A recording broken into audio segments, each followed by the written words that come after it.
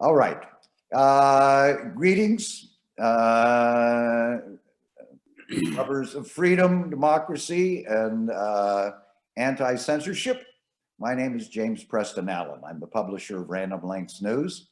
We are broadcasting today from the international media headquarters of Random Lengths in sunny San Pedro, California. And today we have two special guests. And we are going to be talking about censorship in the media. And these two guests you have heard about before in our publication, Random Lengths News. They are Mickey Huff, the director of Project Censored, and Andy Lee Roth, the associate director of Project Censored. Welcome, gentlemen. Thanks for having us, James. We appreciate the opportunity. Yeah, thanks, James. Always great to be in partnership with you and Random Lengths News.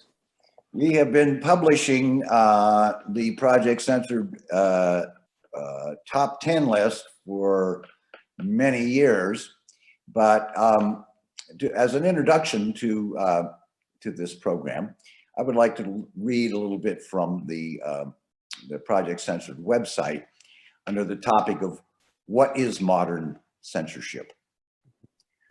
A narrow definition of censorship focuses on government control of news. The definition has contemporary relevance, but it is insufficient because modern news censorship often takes other forms. As Project Censored has argued since its beginning in 1976, a broader definition of censorship is necessary to understand U.S. news media and probably world media at this point. So, Mickey, expand on that definition a little bit and just exactly how Project Censored got started in the first place. That's a great question, James. And again, we really appreciate the opportunity to be here to talk about such an important issue, media freedom, press freedom, and a system of information dissemination that is not haunted ever by the specter of censorship in its many guises. Project Censored goes back to 1976, which means we're in our 45th year as a media watchdog organization. And our founder, Carl Jensen, at Sonoma State University in Northern California, his definition of censorship was very much in line with what you were just discussing. Jensen fancied himself a pretty news-savvy person in the 70s and 80s. This is, of course, before the internet, in the 70s, before cable. But Jensen noticed that the alternative and independent weeklies, right, publications like yours, tended to cover stories that the corporate press, the major establishment media or legacy media, even the networks, didn't cover, right? And so, in other words, instead of there being simply the traditional definition of censorship about prior restraint or the government coming in with the big hand and swiping down the story that you never see, censorship often is far more insidious and it's often more nuanced. And so Jensen really kind of expanded the definition for a society that purports to have free press principles by really kind of suggesting in his practice of the review of the alternative independent media versus corporate media, what they covered, what they didn't, how they did, when they did, is that censorship is basically anything that interferes with the free flow of information in a society that purports to have free press principles. And so that really expands the definition. And Andy Lee Roth and Steve Masick, who work on Chapter 1 and our campus affiliates and our validated independent news program, reviewing stories submitted by professors and students around the country, they just had an excellent piece over at Truth Out, another independent publication outfit that Andy might address. But they talk about the significance of omissions and distortions, that the corporate media do omit material, but a far more prevalent practice is when they cover something partially and they give a spin or a slant or a frame on it that gives the audience the illusion of having an understanding or even a false balancing of, we've heard from, quote, both sides, which we also address in our new book in a chapter on news abuse with Robin Anderson. But it also addresses talking about both sidism. Pardon? We're talking about both sidism. Yes, both sidism in the news abuse chapter, Robin Anderson, and in the piece that Andy and Steve had done, they also focus on distortions, how the corporate press will cover something, but they'll distort the frame pretty significantly, such that the public isn't just uninformed, they're now ill-informed or misinformed. And if the information dissemination was erroneous in an intentional way, that's disinformation and propaganda. And so those are the kind of things that Project Censored has spent the last 4+ decades not only deconstructing, but the thing that makes us different as a free press, pro-free press, anti-censorship organization is our focus on education, critical pedagogy, and critical media literacy. Great, great. And so, Andy, tell us a little bit about what Mickey's talking about in terms of the media literacy program that comes along with Project Censored. Thanks, James. Yeah, so that's a great question.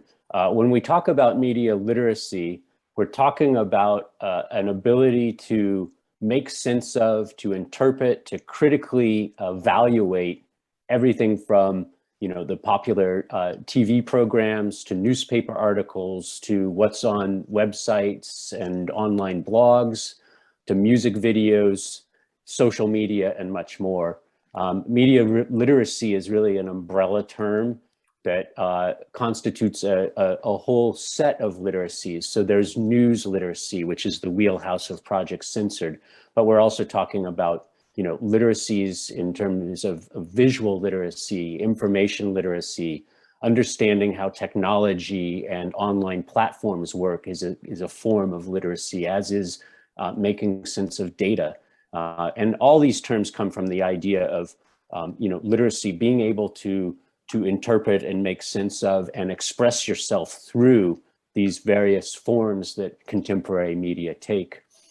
At Project Censored, what we're emphasizing is what gets referred to by kind of teachers and people who research this as critical media literacy, right? That's at the root of what Project Censored does. And adding that critical dimension is saying we not only need to have a public, and especially the students that Project Censored works with through the campus affiliates program, not only able to access and analyze and evaluate and even create some media of their own, but to be able to do so critically in terms of what, for me, trained as a sociologist, is the core issue always. How are power dynamics playing in this media content on these media platforms, right? It takes into account the idea that there are differing and often competing interests.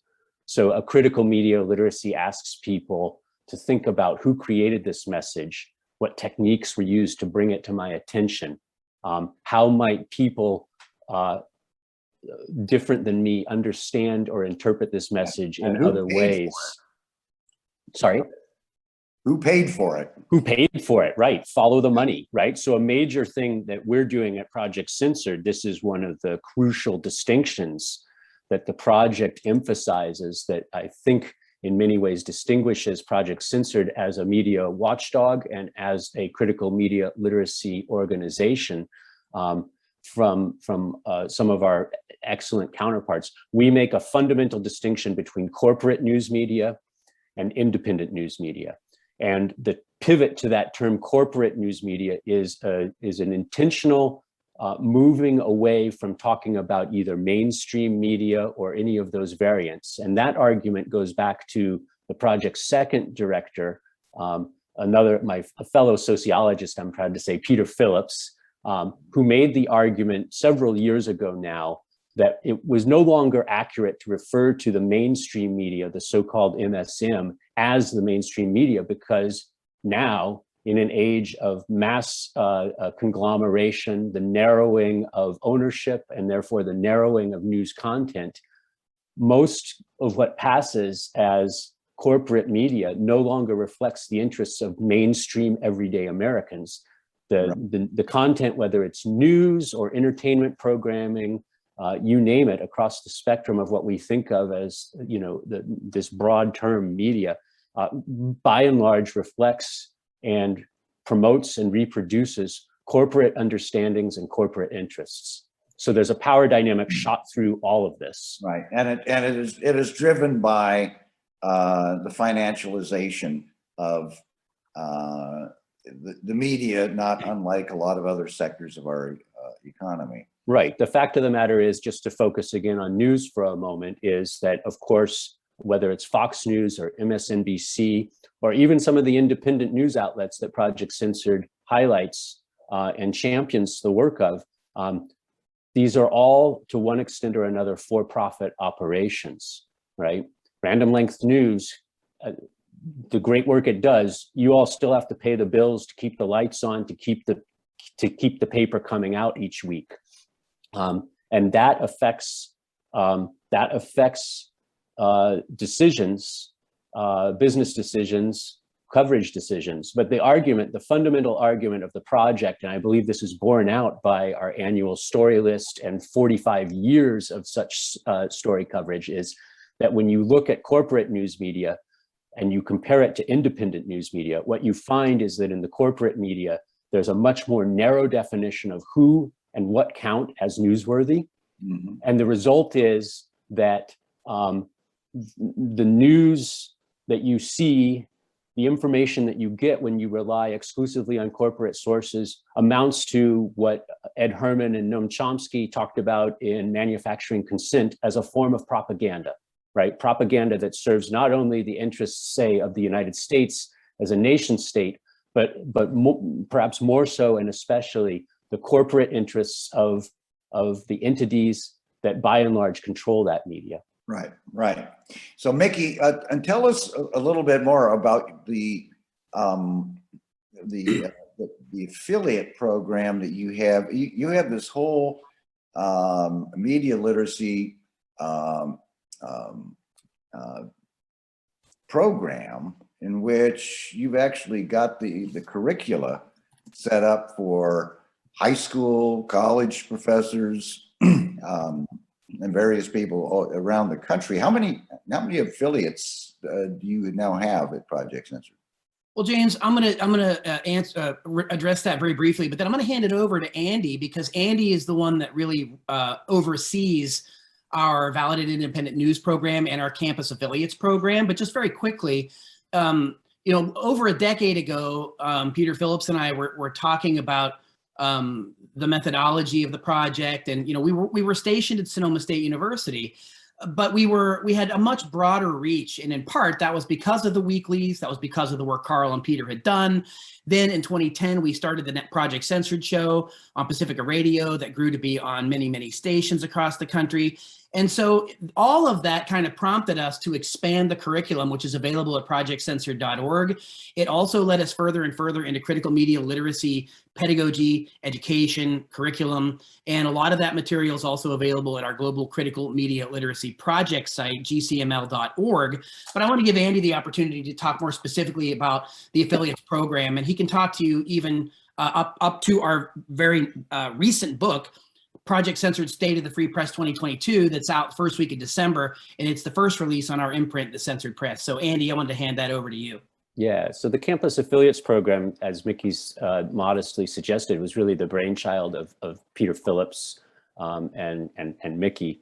And their idea was to take something that had been founded at and based at Sonoma State University and basically make it open to any faculty member at any university or a college campus across North America that wanted to involve their students in what students at Sonoma State University had been doing for decades, first under the guidance of Carl Jensen and then under Peter Phillips' direction, which is basically engaging in critical media literacy before anyone was even using that term, right? But what students were doing was digging through independent news media, looking for stories that seemed important, and then evaluating to what extent had those stories been covered by corporate counterparts, and when there was coverage, critically assessing the strengths and weaknesses of the independent and the corporate news coverage. So this is, in terms of classroom skills, this is like fundamental critical thinking skills at work. So it fits with the needs of students and the kinds of things, the needs of teachers and the kinds of things students are supposed to be learning in the classroom. But the unique twist that Carl had instantiated from the start, and that we've simply expanded to now 24 or so college and university campuses across the country, is that when students do this work, it's not just an assignment for their class. It's not going to be read just by their professor for a grade in the course. It's going to be now posted. If it meets our criteria, it will be posted on the project's website as a validated independent news story. And people can go to projectcensored.org and look for the homepage link to validated independent news stories. And you can follow all the stories that we are currently tracking or have been tracking in the previous year. So for students, this is highly motivating. They're not only getting to flex their critical media literacy muscles in terms of what's required of them in the courses they need to graduate and go on and be successful members of their communities, but they're also getting a chance to have a bigger audience, a public audience, for an issue that many of them come to care about passionately.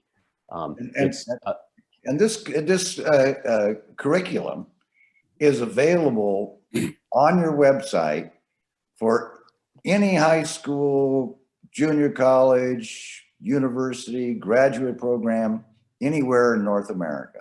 That's exactly right, James. I mean, we're always one of my major responsibilities as the kind of coordinator of the campus affiliates program is to try to recruit new participants. And it's one of the most thrilling things because when we get new participants, it's great to see the program expand. It's also great to see as the stories come in our annual cycle. So the new book, as Mickey mentioned, is coming out next week. We are already researching stories for the next censored volume.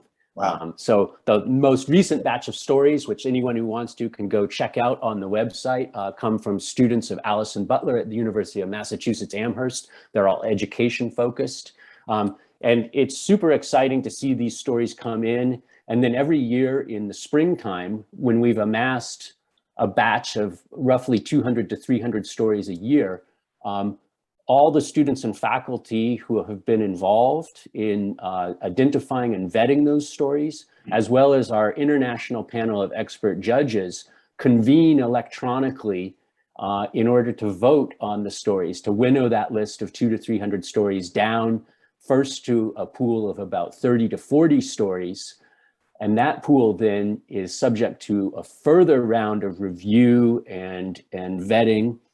And it goes then to our panel of approximately 24 international judges who then vote in a second round of voting to identify and rank order the top 25 stories that are kind of the way we get the word out about the importance of independent journalism, how independent journalism fills gaps and that the corporate media leave the public with, and obviously then gets the word out about these important stories that otherwise too few people know about. Right. But the campus affiliates program is, to me, the very heart of what Project Censored is about.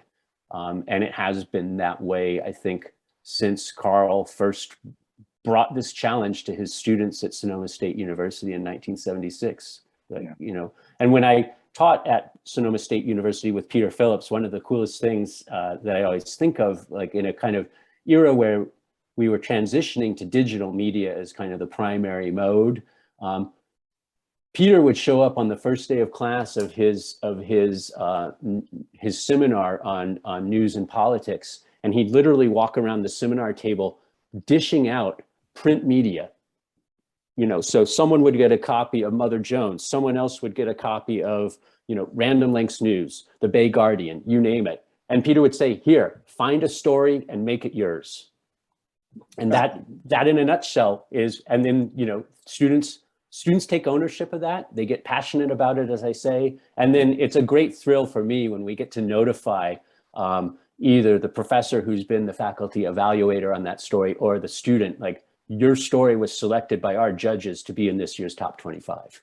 That's just really gratifying. So talking, that's a good segue into actually the the issue that we published last week, which is the cover story for Random Lengths News, Project Censored for 2022. And there is the book cover. But let's talk about this year's round of the new normal is the normalized censorship. That's the headline to the story, to the book. Let's talk about the top three stories to begin with, and then let's talk about trends in terms of censorship that you have seen over the years. Mm-hmm. Yeah. So, I mean, I think one way to think about this, just to kind of frame what we're about to do here in talking about these stories, is a lot of people will say, when Mickey and I present in public settings, or if I'm talking about this in a classroom with a group of students, a lot of people say censorship in the United States, we have the First Amendment, right? The First Amendment protects not only freedom of speech, but freedom of the press. So how can you guys at Project Censored be talking about censorship in the United States? And I think, as James, as you started us with, and as Mickey elaborated with kind of Carl's conception of a modern definition of censorship, right? When we talk about a story on the story list being a, quote, censored story, it doesn't mean that there has been no coverage of it, or that coverage of it has been absolutely blockaded, either by a government entity, or a corporate interests, or some other powerful social institution. Instead, when we talk about these, and this relates to some of the stories we're going to dive into here in a moment, we're talking about stories, indeed, in some of the stories in the top 25 list have received no corporate news coverage at all. But for independent reporting on these stories, we would not know about them. They would not be public. The public would be unaware. But a number of other stories in our story list have garnered what I would analyze, and what Steve Masick and I talk about in the introduction to the top 25 chapter in the book, what we talk about as either partial coverage, partial in the sense of either incomplete or biased, slanted. We talk about stories that have received isolated coverage, and we'll have some examples of those. We also talk about stories that, although they have been covered in the corporate news media, they've been reported in the corporate news media under the frame of pieces labeled as opinion or editorial content, rather than as straight up news reporting. And there are ideological wrinkles to that kind of framing as well. So to start off with one example of a story, I don't know, Mickey, do you want to talk about the number 2 story, the journalists investigating financial crimes threatened by global elites? This would be an example of a story that has received effectively no corporate news coverage. The story Mickey's about to describe, when we researched it for the publication of the book, had at the time of publication received not a single report in any major US newspaper or broadcast outlet. So this is an example of I think, about as close as we get to a straight up kind of censored story. So story number 2, journalists investigating financial crimes threatened by global elites. Right. So thanks, Andy. This is the second story this year.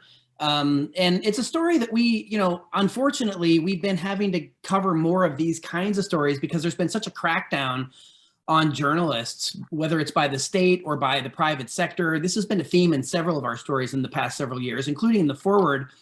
In the introduction this year, Andy and I write about U.S. Press Freedom Tracker, the hundreds of journalists that were, abused, over 85% of these 400 plus cases by the police or by law enforcement. So that's one angle. This story looks at it from a different angle. And this was a report that came out of the International Consortium of Investigative Journalists.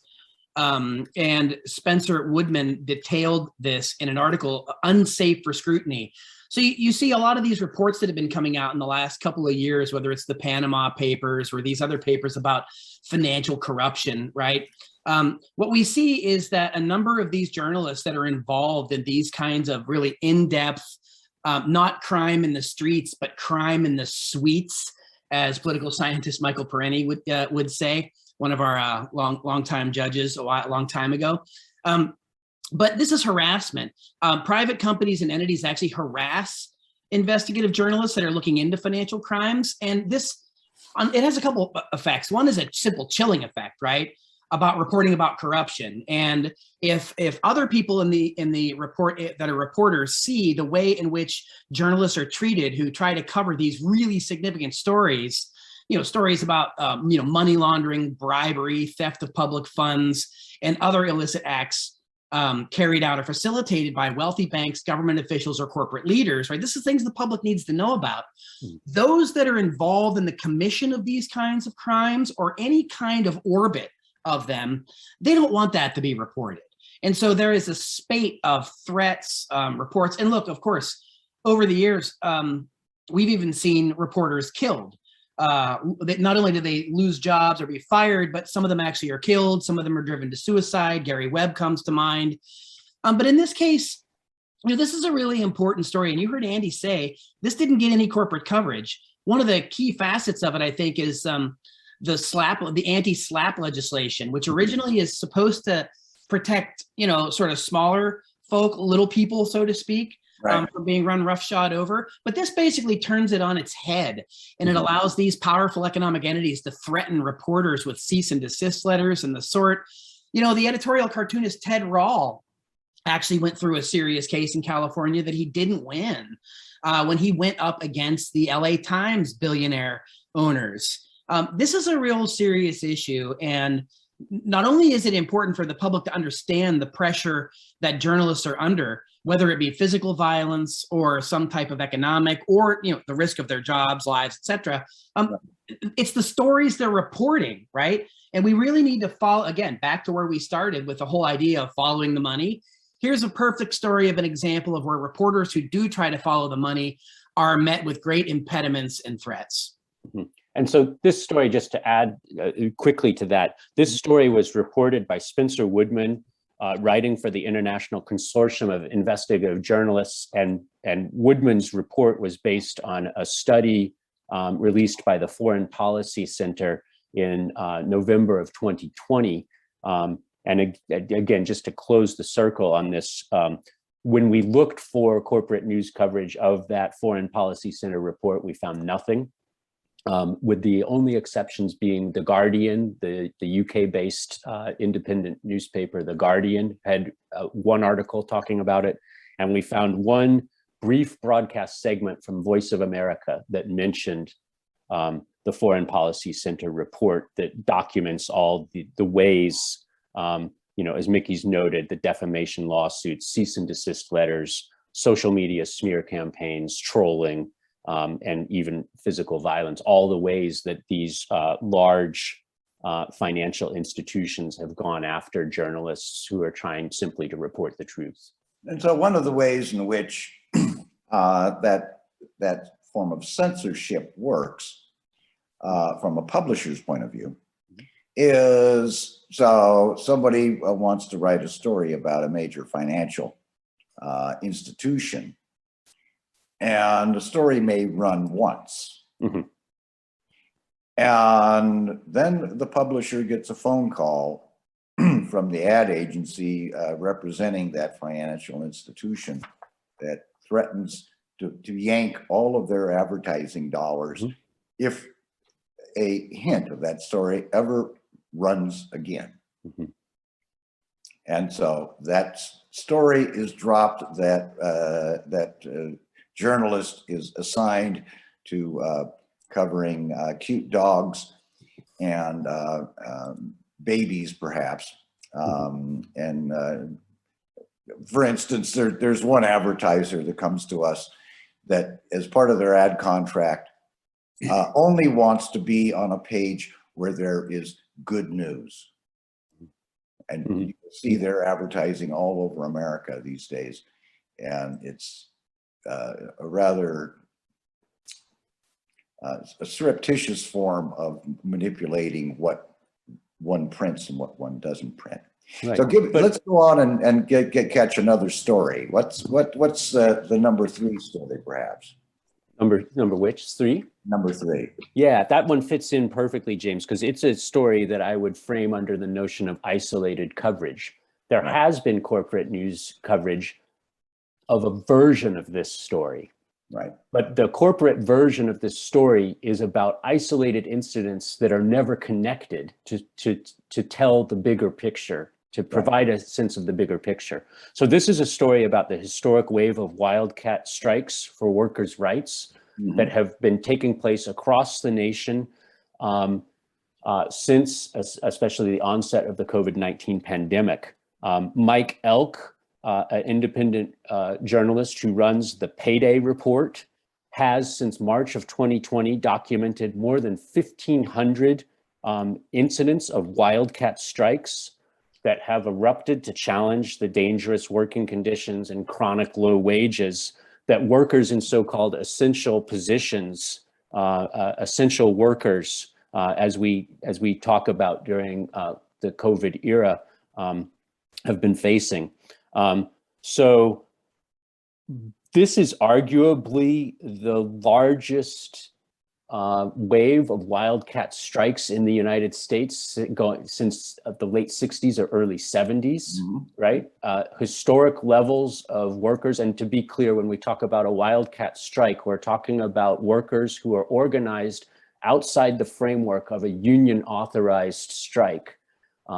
So this is radical, grassroots, bottom-up labor organization. Right. And Mike Elk has documented these through his COVID-19 strike wave interactive map. The result of that map, which you can go to the Payday Report and see, is a big picture that says this is a systemic, concerted, organized effort that nonetheless is taking place in a distributed way.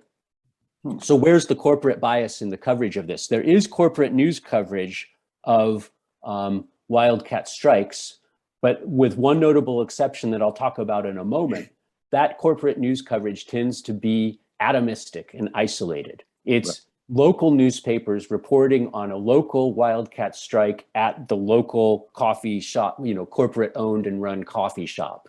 Or fast food place. And there's never a connecting of the dots. That's what's happening here in this community with these workers is also happening in parallel in all these other cities and communities. And so you could read one of these corporate newspapers and get a sense of, oh, workers are taking it on the teeth, but they're also fighting back.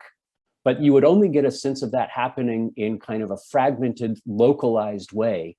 And what you wouldn't see, what independent news outlets have been reporting is that this is systemic, right? This is systemic, and although the organization is not a top-down organization, there is a groundswell of worker activity and organizing that is on historic levels. The one exception to this, the one time that the corporate media did decide to cover wildcat strikes until very recently, was in August of 2020, when the big newspaper outlets like the New York Times, the Washington Post, and broadcast outlets like CNN found one type of wildcat strike to be newsworthy. That was when Major League Baseball players and National Basketball Association players walked out on strike in reaction to the police shooting, the Wisconsin police shooting of Jacob Blake. Then the corporate media had time to cover workers engaged in wildcat strikes, but notably those workers were not kind of the rank and file people working in service industry jobs. They were the millionaires who are the stars of the NBA and Major League Baseball. These were the celebrities. It'd be sort of like, in Los Angeles, when the movie unions asked me, for instance, decides to go on strike, it would shut down, the entire filmmaking industry, know. And so suddenly this becomes a reporting of significance. But, it's the same thing for, if the NFL players or anybody else decides, the celebrity, sports stars or whatever, when they go on strike, oh, geez. And it's news. So back to the What's theme. going to happen to Monday Night Football? Back to what I was saying. Yeah. Corporate media's narrow definitions of who and what count as newsworthy. Rank and file workers in the service industry, not so much. The celebrity sports stars who entertain us on Monday night and Sunday afternoon.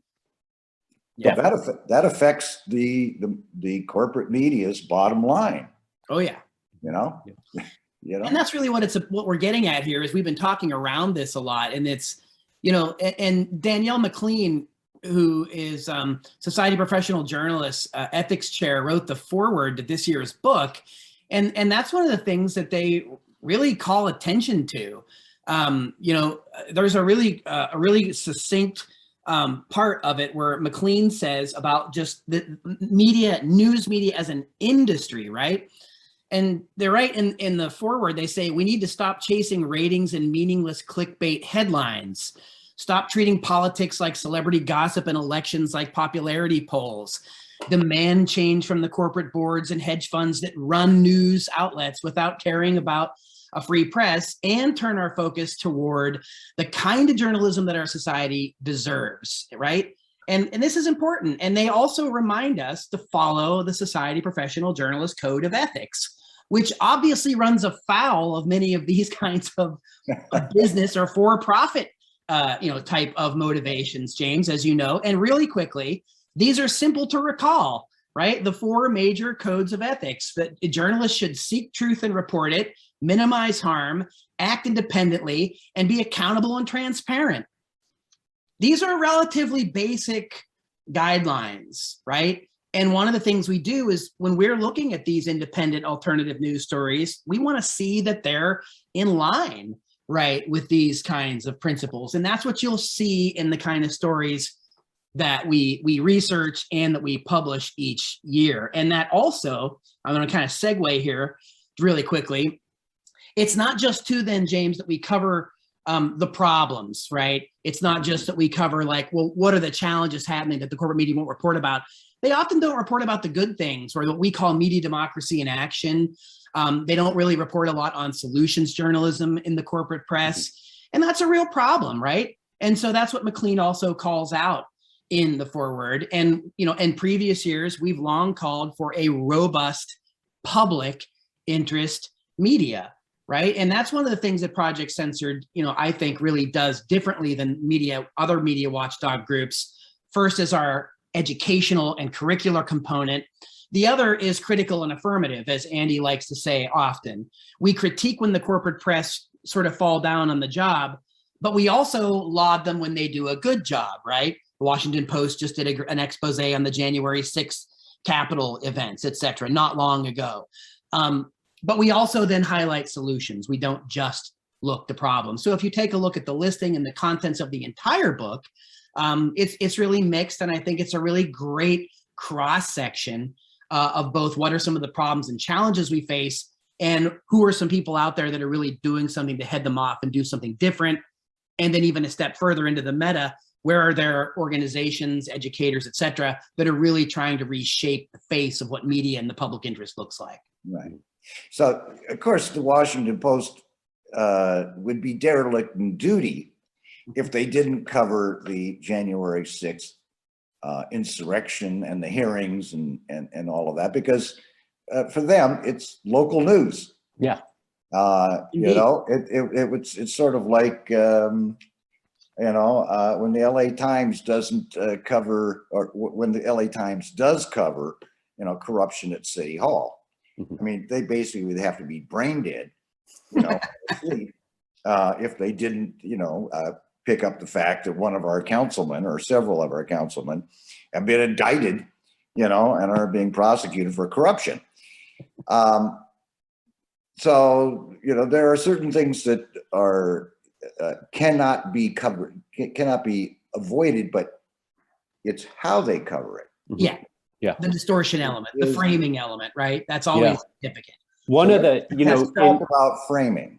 Yeah. Well, can I just pick up on that for a moment, James? In the sociology of news, a lot of people talk about agenda setting and the idea of one way that news is influential, one form that the power of news takes is it sets an agenda that then members of the public treat as this is important or this is not, this is marginal. Right. And when you talk about kind of being forced to cover something, one of the arguments that we make at Project Censored for the importance of independent news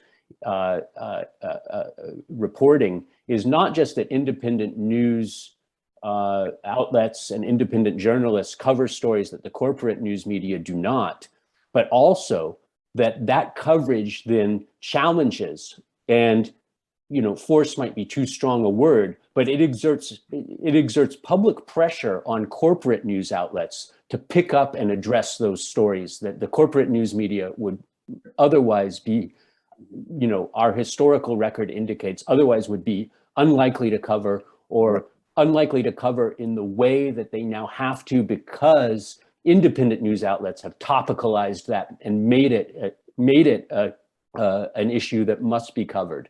It's sort of Right?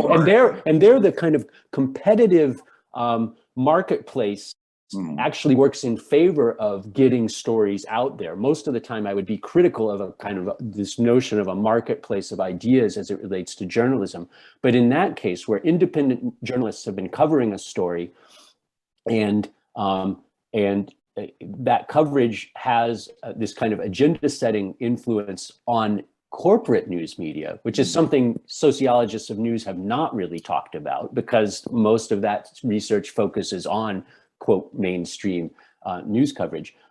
That's another way that robust independent media have a positive effect on the media landscape and more broadly on what the public knows, right? That independent news outlets can, even though they're smaller and less robustly funded, they can exert powerful influence on corporate news media. And the story we were just talking about, the historic wave of wildcat strikes for workers' rights, is a kind of example of that. Savvy listeners who were paying attention a moment ago may have said, wait a minute, Andy, what about all the corporate news media coverage of Striketober, right? We just saw, there has been in the previous month or two, an uptick in corporate news coverage of worker strikes related to COVID and in general, like poor working conditions. Right. But notice that the corporate media aren't coming around to that topic until something like a year and a half, 18 months or so after Mike Elkin, Payday Report, and other independent news outlets have been on it. And we see this is something that someday I want to do a systemic study of this, but Mickey and I talk about this all the time. Stories that we track where we find eventually there's corporate news coverage, but usually the time lag on that corporate news coverage is about 12 to 18 months. So there's an influencing dynamic. But the trouble is when it's a story, when it's a story where people's livelihoods or even their lives are at risk, a gap of 18 months in the corporate media finally picking up the story and informing a wider public about it, that's a massively consequential gap in kind of corporate outlets getting on the beat, as it were. So it becomes a rough draft of history, literally, instead of news you can use right now to make a real difference, which is what George Seldes always said in the 20th century, is that journalism isn't, quote, objective both sidesism, right? Journalism is about telling the public what's really going on. And Andy's point there is that independent, I want to double down on it, the independent and alternative free press do impact in some ways what happens in the corporate media, but just perhaps not immediately. And so it's very important not to ignore that. As Ralph Nader, once quipped, he had wished that all the major newsrooms had the annual Project Censored book lying around on a desk like they had the AP manual. So if there's a slow news day, somebody might just leaf through it and pick up a story that they haven't gotten around to yet. Right. Then it might get it legs and re-platform it. And here, let's try that again. In other words, the modern contemporary version of that is any aspiring, like up and coming, cub reporter at the Times, at the Post, could go to the Project Censored website, look at our validated independent news stories, And we've vetted, we're basically putting it out there. Corporate news media haven't covered these stories. Did the work for you. You know, so like maybe you got scooped by Democracy Now!, but you know, insofar as a lot of people reading the New York Times don't also listen to Democracy Now!, you know, that imaginary cub reporter will have a story that they know hasn't been covered by the Washington Post or the Chicago Tribune or the LA Times, because that's what our students and researchers have vetted. So the media marketplace that you hate to call a marketplace is what I would call the civic debate. Mm-hmm. And the influence of a paper like ours onto what the civic debate is in every community in which there is an independent publication, which are fewer and fewer, sadly to say, does have an influence Mm-hmm. on what is going to get covered or not covered. In terms, and it's mostly because if people are talking about something, it tends to percolate. Mm-hmm. And the question is whether or not the corporate media in a particular area is actually willing to entertain what that particular civic debate is about. Yeah. You know, and oftentimes in our area, it's about propping up the establishment that we happen to be going after.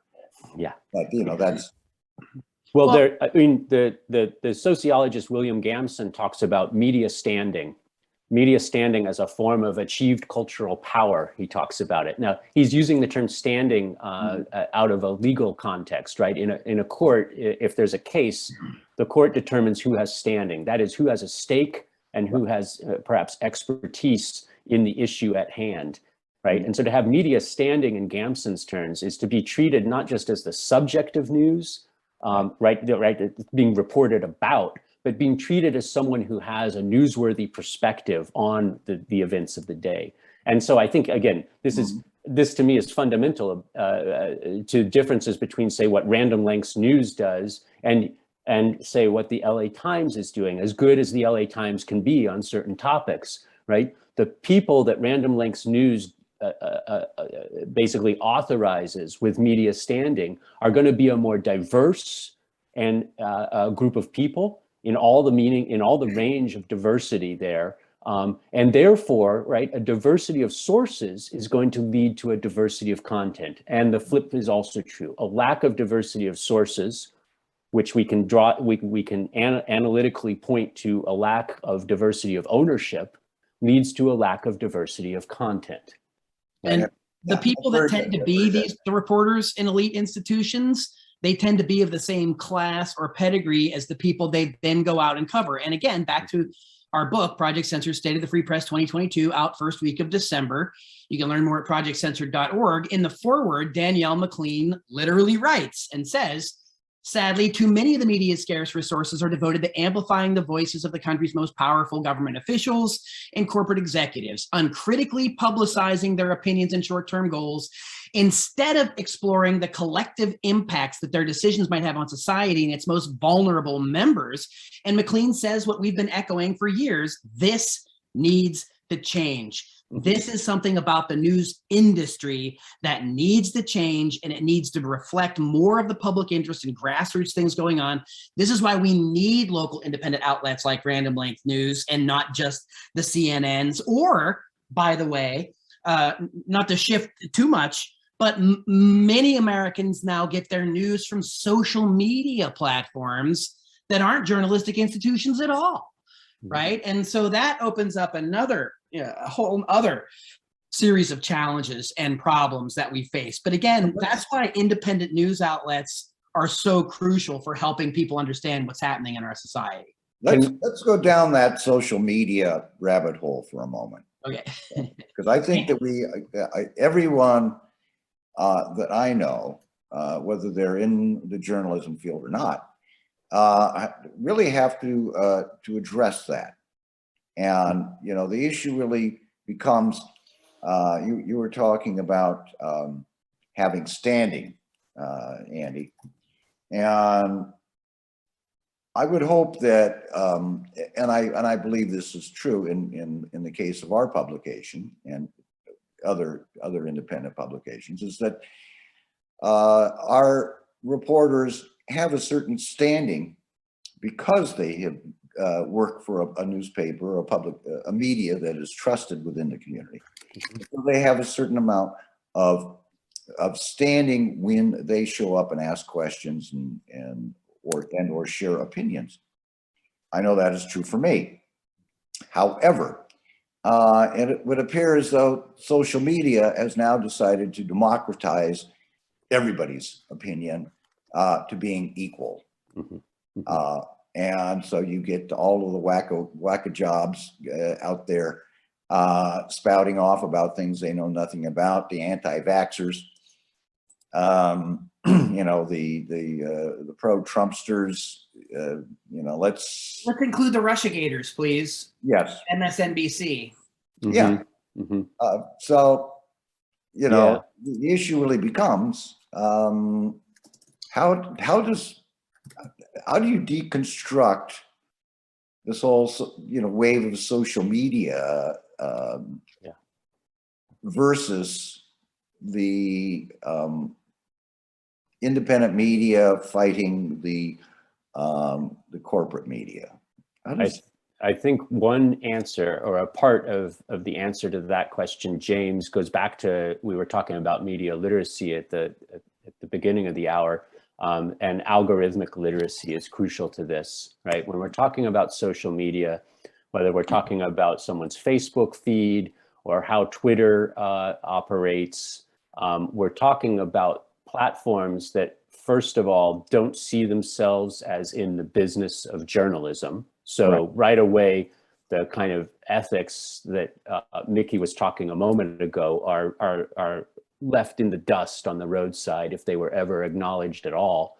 And second of all, like, most of that algorithmic filtering is done in the form of, those algorithms are considered proprietary, so they're not available for public scrutiny. All we can do is study the effects of how those algorithms work. And I've written about this in an article that appeared in the Marcaz Review a few months ago called "The New Gatekeepers."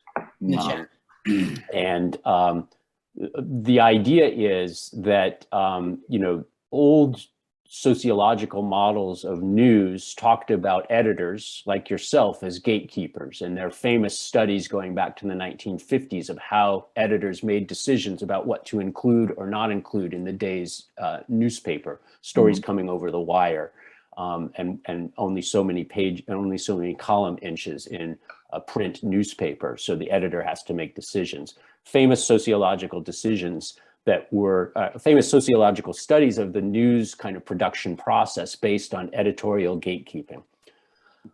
That was the gold standard of the sociology of news production for a while, until people, including one of the figures who was one of my mentors when I was working on my graduate degree in sociology at UCLA, Michael Schudson, critiqued the gatekeeping model, saying it left the content of news kind of sociologically unexamined. It treated it as, you know, like a brick came through and you decided to put this brick in the window and that brick somewhere else. And news production process was much more complex than that, right? People are actively creating and producing these stories. So the gatekeeping model fell out of favor for a long time. But the argument I make in the New Gatekeepers article at the Marcaz Review is that with the advent of social media, with the advent of these massive online platforms, massive in the sense that they have more impact in many ways on a global level than some nation states do, right? When we're talking about Facebook and Google, right? They are not nation states, but they operate in ways that are as consequential as many nation states are globally, that they really are not interested in news. They're interested in profits. And so they don't care what stories they're passing on. That, in other words, Schudson's critique of the old gatekeeping model doesn't hold for these contemporary online social media platforms, because they are leaving the news in effect untouched. They'll forward on whatever they think will get the most eyeballs on the page or the most shares or likes. And so it's as I argue in this article, it's a grave threat to journalistic integrity that I think we're all in the process of confronting. I don't have complete answers, but one of the things that I think is most pernicious, that's a beginning to this, a beginning to kind of algorithmic literacy, and the power that these entities have over kind of how we consume information, how we access and share information on a daily basis, is let's not talk about Google as a verb. I'll Google that, right? That treats as the shorthand for a common everyday online practice, right? Using a search engine. It gives it a brand name. And Google has arguably done as much as any online entity to promote what Shoshana Zuboff has called surveillance capitalism. So let's not give them credit for these activities, right? That's a starting point. And also, you know, just to build briefly on what Andy discussed, we wrote about this in the intro of the book. You know, this is censorship that we'll see: social media, Google deplatforming, YouTube deplatforming, demonetization, all those kinds of terms that have been in the, you know, in the lexicon in the last couple of years. It's really curious to see so many different groups cheering on censorship when it's the other side, so to speak. When it suits them. When it suits them. And the real danger there is that they're both supporting the problem, which is censorship, right? They're both supporting it in various ways. And these big tech outlets like to have it both ways too. They like to say that they're not subject to First Amendment prior restraint type principles because they're private entities in the marketplace of ideas, mm-hmm. and they have a right to determine what goes on or doesn't on their platforms. Well, let's go in a time machine back to the 1950s, James, back to the Defense Department, another Orwellian change after World War II, used to be the War Department. The Defense Department's Defense Advanced Research Projects Agency, otherwise known as DARPA, right? Some of your readers and viewers might remember DARPA. Well, what DARPA did is they were basically, you know, they were a big technological development incubator, right? They were involved in computer networking that eventually made the internet and other innovations. They were responsible for things like global positioning system. And you and I, James, maybe we'll say like, I love that. Now I don't get lost. But these tech entities and government agencies that have funneled tax money into their creation, they like it for different reasons. Private companies like it because they want to monitor what you're doing so they can market things to you. Government may want to do it to see where you're going or who you're associating with. It's all marketed in convenience. And here's the interesting thing. And Edward Snowden, the whistleblower, NSA whistleblower, once made the comparison. I mentioned the Defense Department earlier. He said that this is like the greatest propaganda sort of rebranding in history since the War Department became the Defense Department. He's like, Facebook is not social media. It's like, it's a mass surveillance engine. Mm-hmm. He's like, it's the most ingenious surveillance machine ever created because we, the consumers, give them all of this data. We don't get to use it for free. Right. These companies are using us. And back to the DARPA thing real quick. If it weren't for, you know, U.S. tax money funneling into these kind of early, what would later become these earlier tech companies for development, for research, tax breaks, lucrative government contracts involving national security and surveillance, right? This is, again, we write about this in the book. It's really a twist on Eisenhower's military industrial complex. This is more, as you heard Andy say with Zuboff, it's the surveillance capitalism complex. It's the national surveillance security complex. And we're all in that matrix, and anybody that willingly uses social media, even people that don't, if they're mentioned on it, there can be ways in which that trackers go and follow what people do. There's so many layers of challenges that we now have with this kind of technology, and then looping it back around to journalism itself. These are great aggregators, right? And Jonathan Swift in 1710 said, falsehoods fly and the truth comes limping after it. Well, in the era of social media and the internet, falsehoods fly around the world in seconds. And we can't always keep up to that, which is why we need an intrepid independent press to try to set that straight. We need, as news readers, not to allow ourselves to be spoon-fed information that works with our confirmation biases. We need to be mindful of the gatekeeping that Andy so deftly points out in his Marquez Review article and that we've talked about for years. there's a lot to do. And this is, by the way, all under the umbrella of critical media literacy education. And Project Censored. The more we understand how this works, the more we can navigate it. Our job isn't to tell people what to think. It's not to tell people what are the best, what is the source, what's the truth. Our purpose as educators is to try to help people understand how to think critically and how to navigate an increasingly complicated media landscape. And there we have it, folks. You can find the Project Censored in the current issue of Random Lengths News. The top 25 will be out at the end of next week in your local bookstores and online. And local bookstores. Yes, I like that you said that, James. I want to double that. Your local independent bookstore, not Amazon.